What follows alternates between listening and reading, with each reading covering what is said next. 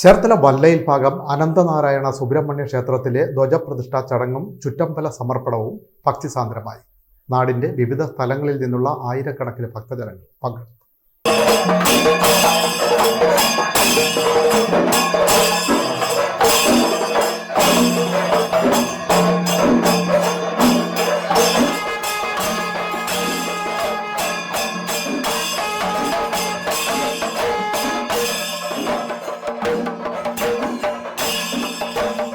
ജനുവരി 15-നാണ് ചടങ്ങുകൾ ആരംഭിച്ചത്. ജനുവരി 22 തിങ്കളാഴ്ച രാവിലെ 8:15-നും 9:43-നും മധ്യേ സുബ്രഹ്മണ്യ സ്വാമിയുടെയും മഹാവിഷ്ണുവിൻ്റെയും ധ്വജപ്രതിഷ്ഠാ ചടങ്ങ് നടന്നു.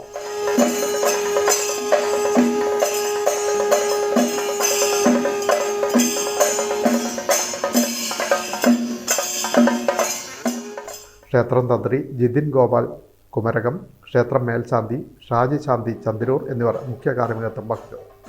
പരിവാര പ്രതിഷ്ഠകളും നടന്നു. ക്ഷേത്രം ചെയർമാൻ എസ് ഷാബു വല്ലേവിളി ചുറ്റമ്പല സമർപ്പണം നിർവഹിച്ചു. നാടിൻ്റെ വിവിധ സ്ഥലങ്ങളിൽ നിന്നായി ആയിരക്കണക്കിന് ഭക്തജനങ്ങളാണ് ചടങ്ങിൽ പങ്കെടുക്കാനെത്തിയത്.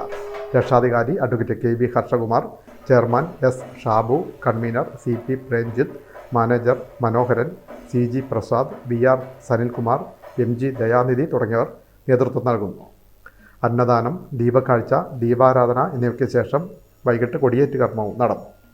ജനുവരി 22 മുതൽ 28 വരെ ധ്വജപ്രതിഷ്ഠാ ഉത്സവം, 28 മുതൽ ഫെബ്രുവരി 3 വരെ സ്കന്ദപുരാണം എന്നിവ നടക്കും. ഫെബ്രുവരി 4-നാണ് അവിട്ടം ആറാട്ട് മഹോത്സവം നടക്കുക.